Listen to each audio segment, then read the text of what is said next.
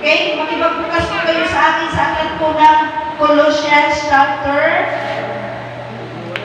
2. Like, share, subscribe.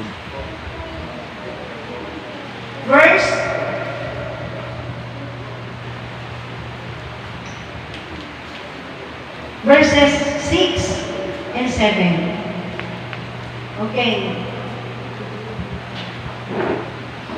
Ang sabi po ni Paul sa mga taga-Colossian Church, at hindi lang po ito sinasabi ni Paul sa Colossian Church, kundi sa lahat ng Kristiyano.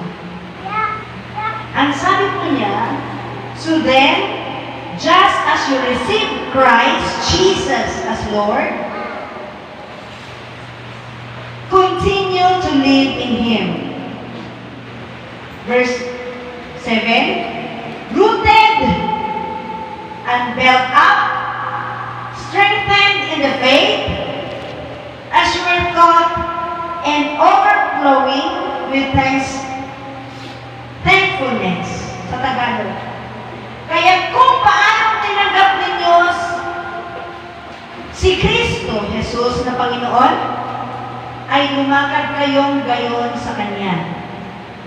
Verse 7, na nakaugat at nakatayo sa Kanya at matibay sa panampalataya. Gaya ng itinuro sa inyo na sumasagana sa pasasalamat. Palakpakan po natin ang Diyos sa pagbabasa. Praise God. So, ang sabi ni Paul sa Colossian Church, na ito po yung extension sa, series po ito na ating topic ng Sunday. Kaya kung paano tinanggap ninyo si Kristo Jesus na Panginoon. So, ibig sabihin, tinanggap na po ba natin si Jesus Christ? Amen. Tinanggap na po ba natin si Jesus Christ na Panginoon? Amen. Talaga ba talaga? Amen. When we say Panginoon, pag tinanggap mo na si Jesus Christ na Panginoon, ibig sabihin noon, siya na po ang may kapangyarihan sa'yo. Yan po ang ibig sabihin ng Panginoon. Naunawan po ba natin mga kapatid? Siya na po ang tagapagligtas mo. Siya na po ang may-ari ng buhay mo. Amen. Yan po ang ibig sabihin ng Panginoon. Siya ang may kapangyarihan. Siya ang tagapagligtas mo. Hello. Siya na ba talaga ang may kapangyarihan sa buhay mo?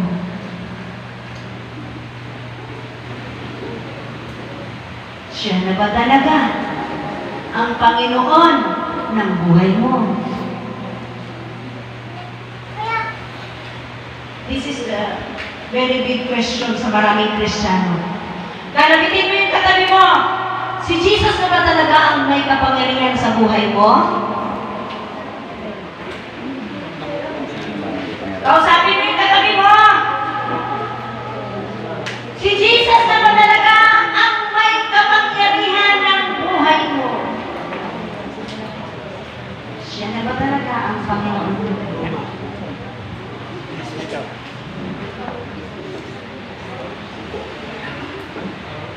Diba? Lagi ko sinasabi, Jesus is Lord. Si Jesus ang Panginoon, ang hari ng lahat. Tama? Pero, kinalabit mo na ba yung katabi mo? Again, tanongin mo ulit. Siya na ba ang may kapangyarihan sa buhay mo? Parang hindi kumbinsido si Lord eh. Kasi bakit? Kung si Jesus na ang may power sa ating buhay, bakit? Hindi natin siya napaglingkuran. Hindi tayo nakakapagsamba consistently.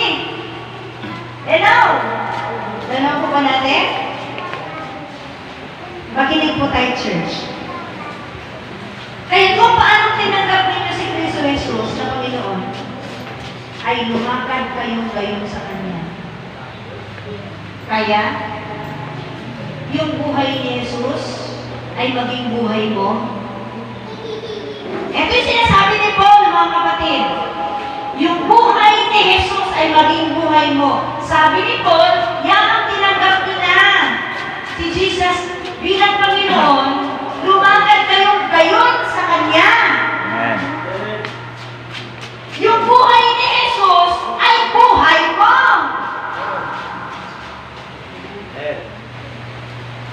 Yung paglilingkod ni Jesus, yung pagsunod ni Jesus sa Diyos, ay ganun ka rin. Amen. Nanaw po ba natin? Fasten your seatbelt. We are flying high. Mataas ito. Kapag hindi natin ito naunawaan, hindi na tayo tutuloy sa Panginoon. Diba? Sabi ni Paul, bakit ito nasasabi ni Paul? Kasi si Paul, ang buhay niya ay si Jesus. At gusto ni Paul, lahat ng taga-Colossian Church ay gayahin si Jesus at gayahin siya. Sila lang ba talaga yun? Tayong lahat. Amen. Amen? Napakahirap ang hinihingi ni Pablo. Actually, hindi natin ito kaya gawin eh. Yung buhay ni Jesus, magiging buhay natin. Lumakad kayong gayon sa Kanya. Hello?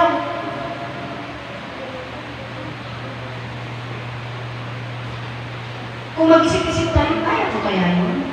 Actually, kaya natin eh. Kailangan lang natin mamatay sa sarili. Amen. Ang mahirap kasi sa atin, hindi pa po tayo namamatay sa sarili natin. Naunawaan po ba natin, church? Lumakad kayong gayon sa Kanya. Ano ba buhay ni Jesus habang nandito siya sa lupa? Na yun po ay magiging lakad natin. Ang buhay niya,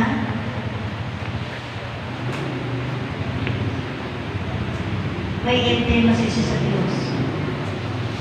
Ang buhay niya, nabubuhay siya sa pananalangin. Nabubuhay siya sa paglilingkod sa Ama. Nabubuhay siya para maligtas ang maraming kaluluwa. Ang buhay ni Jesus ay full of sacrifices. Hello.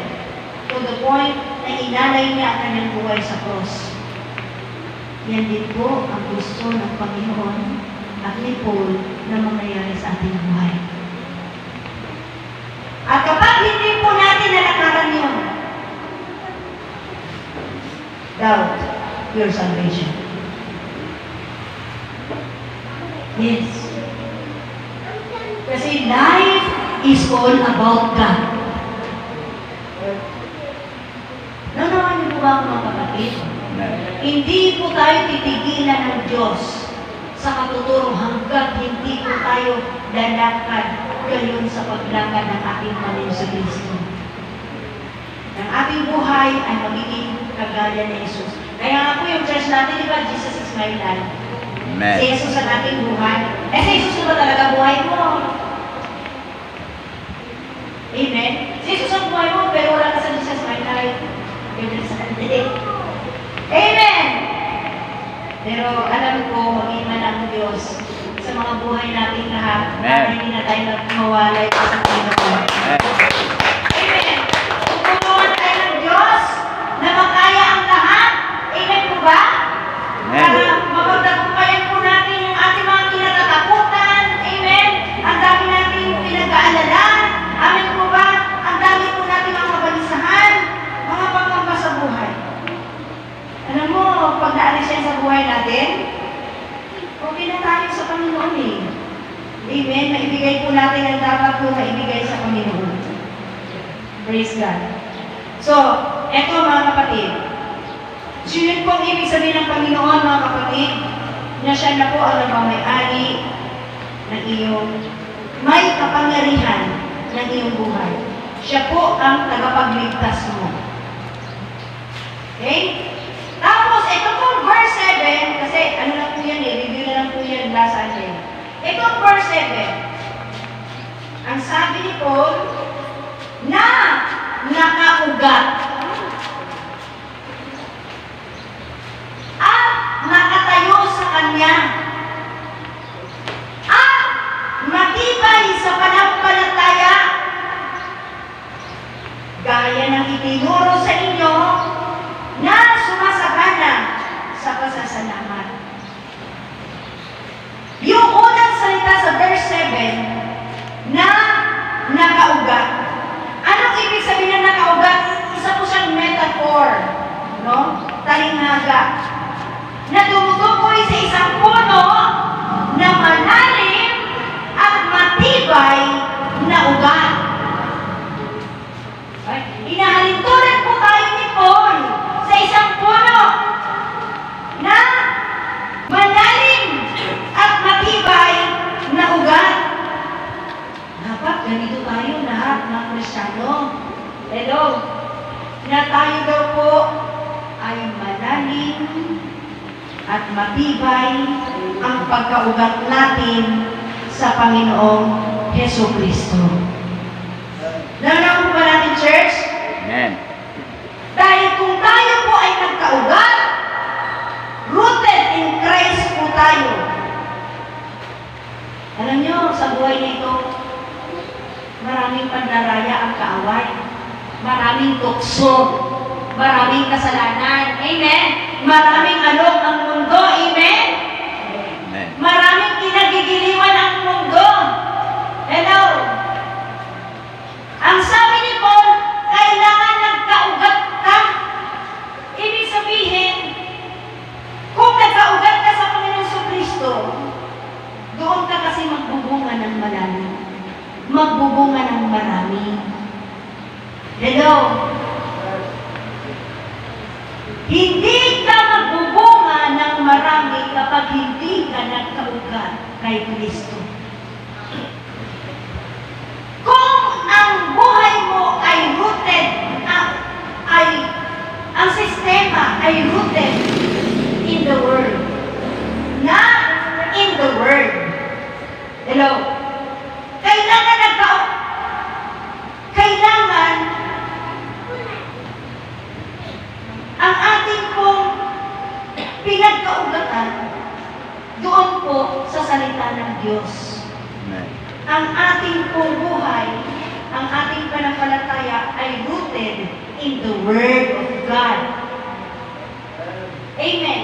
Kasi nga po, kung ang sistema ng mundo, doon tayo rooted sa system ng world, not in the Word of God, hindi po tayo mamumunga ng sagana.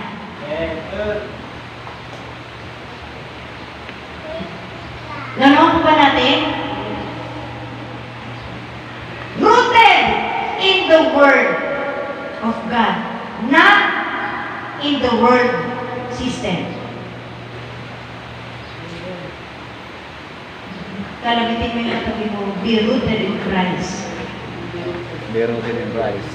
Be rooted in Christ. Magkaugat ka sa Panginoon. Bakit? Bakit kailangan natin magkaugat sa Panginoon? When we say magkaugat sa Panginoon, mga kapatid, malalim. Malalim at matibay ang iyong pananampalataya. At pag malalim at matibay ang iyong pananampalataya, bakit kailangan mong magiging rooted in Christ? Sapagkat ang buhay ay maraming bagyo, maraming hangin. Hello? Maraming tsunami, maraming baha. Hello? Amen. Hello? Amen. Maraming problema, maraming pagsubok. Hello? Kung hindi ka nagkaugat spiritually na ugat, hindi ka nagkaugat ng malalim kay Kristo, mabilis kang maapektuhan.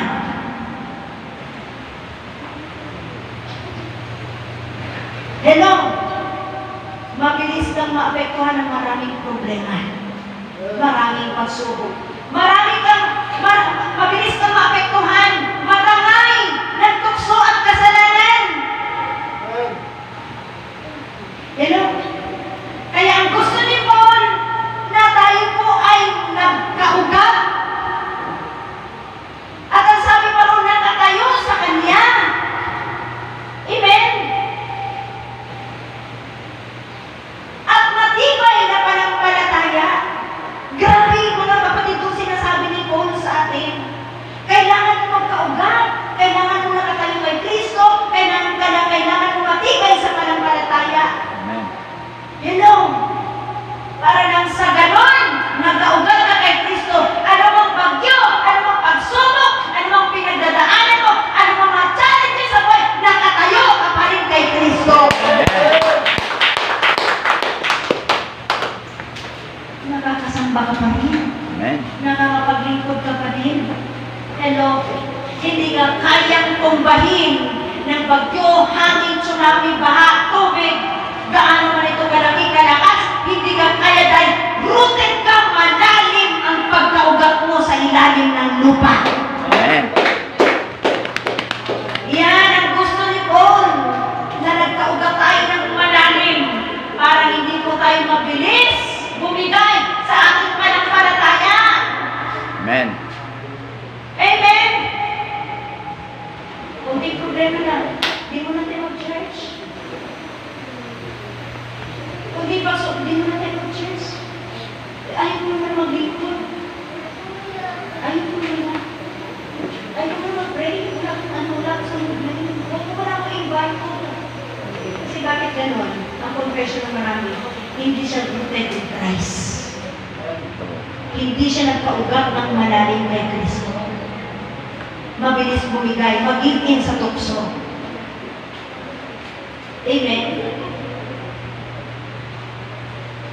Kailangan mong magkaugat sa Panginoong Jesucristo para hindi ka mabilis madaya ng mundo. Amen. Alam niyo, mga kapatid, kung bakit marami po Kristiyano natatalo sila ng tukso, natatangay ng mundo, natatangay ng kasalanan. Bakit?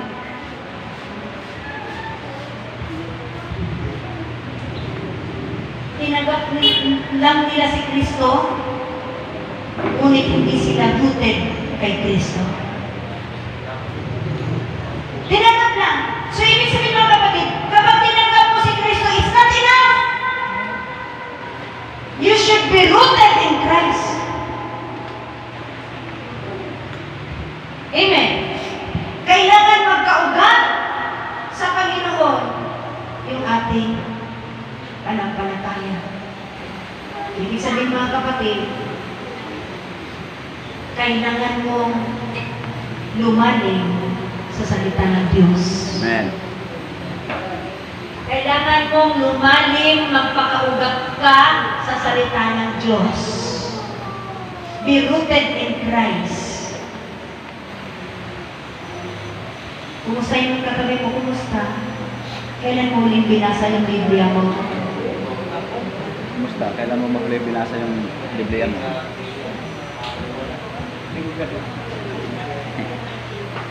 Be rooted in the Word. Kaya yung iba sa atin rooted tayo in the Word. Grabe ang connection ng Word sa atin, no? Imbis sa Word, doon sa Word. Yan naman ang problema sa atin. Kaya hindi tayo rooted in the Word. Rooted tayo, nagkaugat tayo sa sistema ng sanlibutan. Hindi po tayo sa sistema ng Panginoon. Kaya marami pong nangihina, nawawala, napektuhan, wala nang ganang sumamba. Kasi bakit?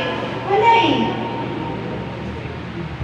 Hindi kasi nakakapit ng malalim yung panampalataya sa Panginoon.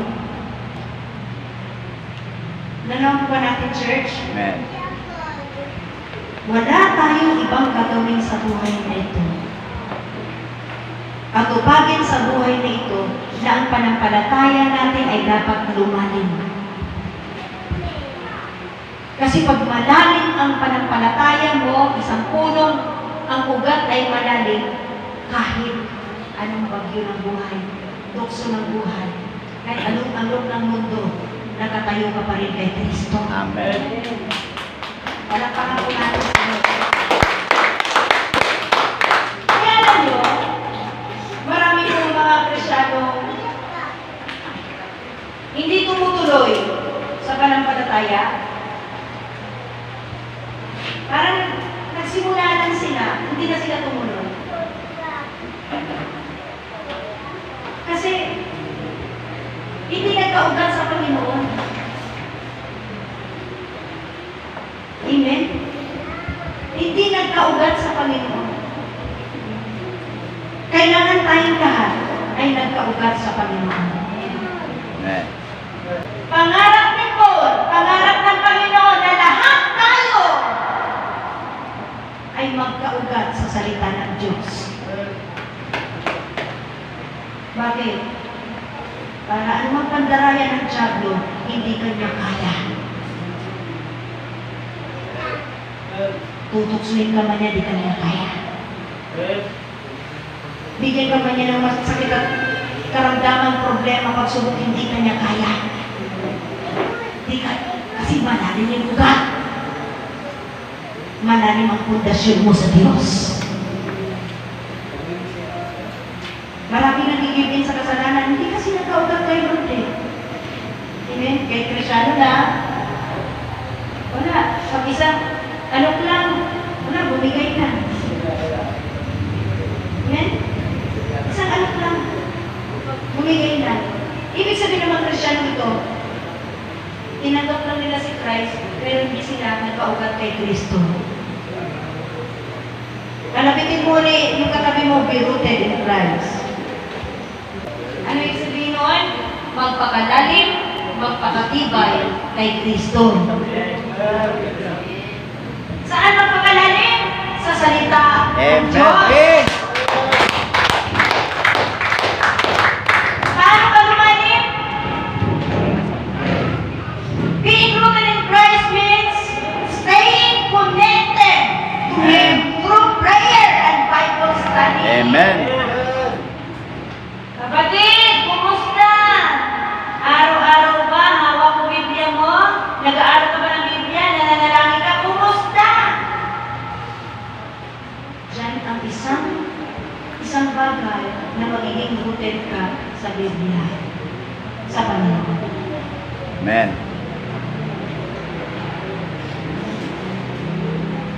At pag nag-aaral ka ng Biblia, dapat seryoso. Kung nakita ka ng Lord, hindi ka naman seryoso, hindi rin siya magsiseryoso sa'yo. Tatapatan lang din ng Lord yung amor mo eh. Anong ginagawa mo sa Kanya, tatapatan lang din po niya yan. Kung seryoso ka, seryoso din ang Diyos sa'yo. Pag hindi ka seryoso, hindi na siya seryoso sa'yo. Hello? Kaya dapat magseryoso po tayo lahat sa Amen. Amen? Dapat tayo po ay connected to Him through prayer and Bible study. Dapat ganito buhay natin eh. Amen. Kapatid, makinig po kayo. Dapat pag Kristyano ka na, ang buhay mo, nagbabasa ka ng Biblia, nananalangin ka araw at gabi. Amen. Yung mga bagay na hanggang sa pagbabasa ng Biblia, pananalangin, dapat isang tabi mo na yan, iwanan mo yan, putulin talikdan mo na yan, amin po ba? Amen. Dapat hindi ka papayag na hindi ka nagbabasa ng Biblia sa maghapong buhay. Amen. Hello? Amen. Kung gusto mo talaga magkaugat, lumalim ka sa panampalataya mo, maging matibay ka sa panampalataya mo, dapat mga kapatid, dapat ang gagawin po natin, magbabasa po kayo ng Biblia araw at gabi. Alam niyo ba, na marami pong nagbabackslide, nangihina sa Panginoon, hindi kasi sila nagbabasa ng Bible. Marami akong natanong, kung gusto naman sis, ang pagbabasa mo natin, hindi na ako nakapag-inom na. Wala na akong magagawa doon. Alam naman ako magbabasa para sa iyo.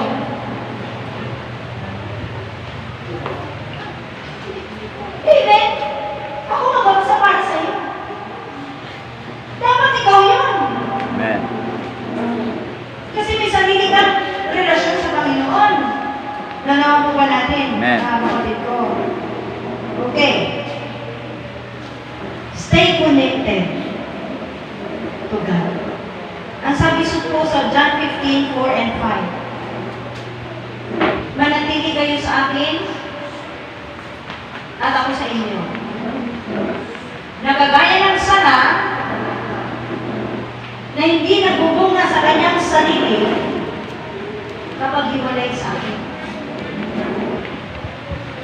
Ibig sabihin mga kapatid dun sa verse 4, yung sanga daw po na nabubuhay sa kanyang sarili na hindi nakakunik sa puno,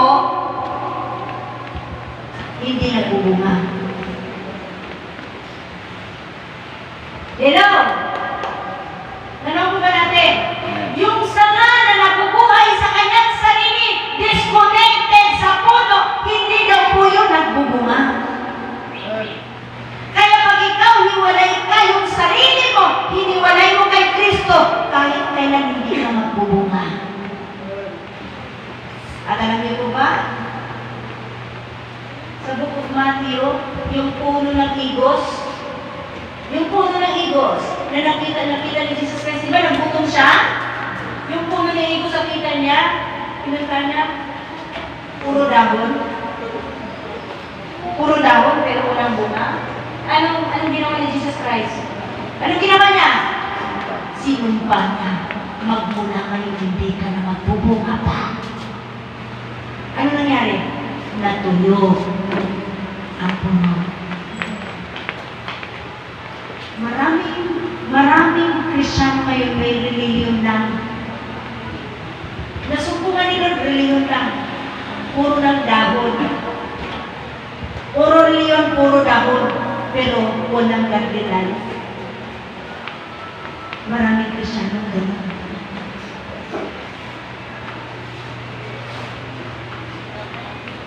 Nanaw ko ba natin, church? Amen. Maraming relihiyon ngayon.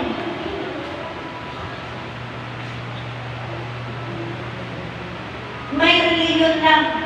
Sumasamba lang. Nagtataas lang ng kamay. Sumasayaw lang. Tumutugtog lang. Nagtuturo lang. Pero sa totoo, wala pong bunga. At pag ganyan ang relihiyon ng isang tao na walang bunga, sasabihin ng Panginoon, magmula ngayon, hindi ka na mamumunga. Eh, marami na babackslide eh. Kasi ang tagal ng Kristiyano, 10 taon, wala pa rin bunga, puro dahon lang. Ano pa ginagawa mo sa dahon? Puro reliyon lang. Puro lang display, puro lang. Di ba? Nakatayo na sana sa pulpito, sumasayaw na sana. Hello, nagigitara na sana, nag-press na sana. Hello, hindi ako excited doon. Pero walang bunga. Hello. Hindi natin madadaya ang Diyos. Kahit may relihiyon ka, pero kung wala kang maayos na buhay sa harapan ng Panginoon, i-consider ka ng Panginoon, puro ka lang dahon ng igos. Wala kang bunga. Ang kailangan ng Diyos, bunga, hindi dahon. Ang kailangan ng Diyos, hindi relihiyon, kundi nabubuhay ka sa Kanya. Meron kang godly life. Amen? Amen. Eh, maraming tao ngayon, sikat na, tanyan ka, maraming pera. Ha? Amen? Magaganda lang, pogi lang. Maraming tao ngayon, ganyan. Puro dahon. Pero walang maayos na buhay sa Panginoon. Nanawin mo ba, mga kapatid? Amen. Ang kailangan ng Diyos, yung magbunga ka. Ano mo yung mga bunga na yan ang sinasabi mo? Ano ba mga bunga? Ano ang bunga ng Espiritu? Galatians 5:22. Dapat magbunga ka lang. Ang una, love. peace, joy. Yan, dami Kristyano ngayon, walang na. Maraming kaaway. Puro dahon. Yan, Kristyano lang siya. Pero walang na. Walang peace, walang joy, walang kainahunan, walang pagpipigil sa sarili. Walang kagandahan mo, walang long suffering. Ito dapat ang mga bungang ito, hinahanap to ng Diyos sa buhay ng lahat ng Kristiyano. Kristiyano, nagdadamit lang ng maayos. Ako sa church, maganda na sana ko ito. Wala, bumigay na.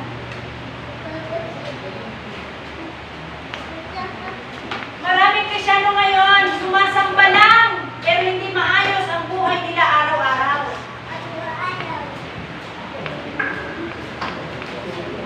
Danaw po ba natin mga kapatid? Ang gusto ng Panginoon habang sumasamba ka, at the same time, maayos yung buhay mo, malinis ang buhay mo sa harapan niya. Amen. Kasi mga kapatid, useless po ang pagsamba natin na wala naman po tayong godly living. Hindi po nakikita sa ating mga buhay ang Panginoon. Amen. Ganaw po ba natin? Parang pakana po natin sa natin.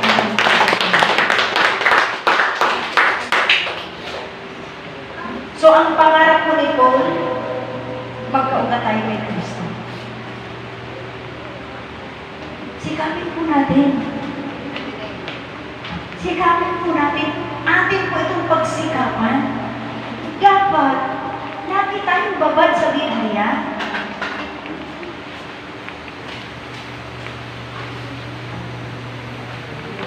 Amen.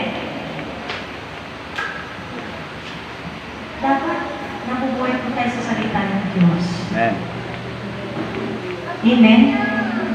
At gusto ni Paul na nakatayo tayo palagi kay Kristo. Hindi tayo bumabagsak. Hindi tayo nagpabagslide.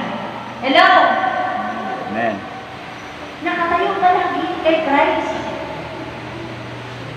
Hindi ka. Walang front slide naman o backslide ka. Hindi ka nagpabagslide. Hindi ka lumalayo. Nakatayo ka. Amen. Pag nadapa ka, tayo. Kasi kailangan mong nakatayo kay Kristo. Amen. Pag nagkasala ka, repent. Tayo sa Panginoon sa Kristo. Huwag mo hayaan lagi kang nakadapa. Amen. Amen. Amen. Eh, yung iba sa atin. Kapag nagkamali na nagkasala, ay, nagpakalalim na lang siya doon sa kanyang pagkakamali. Dinagdagan pa. Hanggang sa nalunod na siya. Hindi niya nakakabawi. Amen! Useless, no? Useless talaga mga kapatid.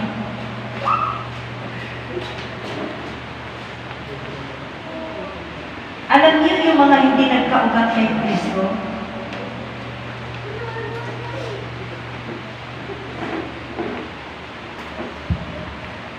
Yun yung walang pangarap pumasok ng langit. Kasi kung may pangarap ka pumasok ng langit, pangarapin mo na alamin mo ang katotohanan Amen. ng buhay. Kaya mga kapatid, lumakad po tayo ng gayong paglakad ng Panginoon habang siya nabubuhay sa lupa. Amen? Ano gagawin po natin? Kailangan natin na rooted in Christ, nakatayo kay Christ, at matibay sa pananampalataya. Tatlo yan mga kapatid, tandaan mo. Nagkaugat ka kay Kristo, nakatayo kay Kristo, at malalim at matibay ang pananampalataya mo. Dapat sa buhay mo, habang nabubuhay ka, nag-journey sa buhay, dapat yan ang buhay mo. Sigurado ang tagumpay ng buhay. hindi katalingan. Amen po ba? Naunawan po ba natin? Amen. Okay, number 2. Yung kanina, being rooted in Christ means staying connected to Him through prayer and Bible study. At connected to a community of believers. Kasama pa na yan, church, na dapat lagi kang konektado sa community of believers. Ibig sabihin, dapat hindi ka nawawala sa mga banal na pagtitipon. Amen? Amen. Dapat, every Sunday, connected ka sa community of believers. Kalabitin yung katabi mo, sitapin mo, ha? Wait ka ni Lord. Pwede mo lang gusto ni Lord. Sitapin natin na lagi tayong konektado. Amen, sa community of believers. Huwag mong hayaan na yung kasama mo sa araw-araw mo buhay, mga unbeliever, hindi sumasamba. Huwag kang sumama doon. Huwag kang sumama sa mga babaeng lalaki na hindi sumasamba sa Panginoon. Hindi ka magiging rooted dyan. Nakikiisa ka kung ano mga ginagawa nila. Hindi ka magiging rooted dyan. Amen? Amen.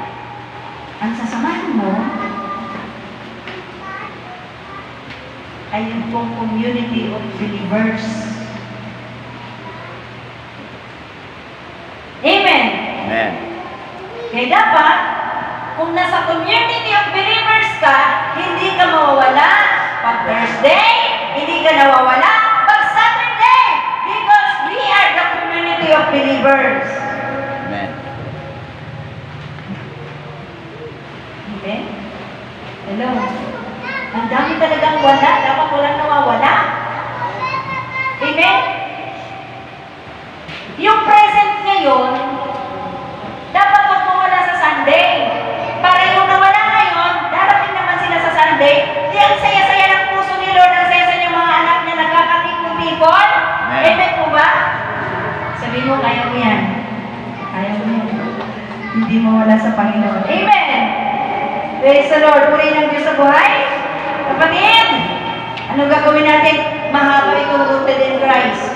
Marami pa po itong revelation. Amen? Basta ganito po, before I will close, mga kapatid. Ganito, mga kapatid, huwag mong kalimutan, kapatid, ang sinasabi ng Panginoon sa iyo ngayon na kailangan mong magkaugat sa Kanya. Magkaugat sa salita ng Diyos. Kailangan mong lumalim sa Kanya, tumibay sa Kanya. Amen? Amen. Upang pagdating ng tukso, pagsubok ng buhay, kasalanan, ano bang alok ng mundo, nakatayo ka pa rin sa Panginoon Kristo. Hindi ka umaatras, hindi ka sumusuko sa paglilingkod mo, sa pagsamba mo, sa pananalangin mo, hindi ka sumusuko sa pagpunta sa langit, kundi nagkaugat ka sa Panginoon Kristo at sinisikap mo sa tanang buhay mo na magkaugat ka sa Panginoon Kristo. Amen? So, hawakan mo yung Biblia mo. Hawakan mo ang Biblia mo. Parang awa mo na. Iyan na lang po ang paraan para magkaugat ka kay Kristo. Itabi mo yung cellphone mo. I-off mo yung TV mo.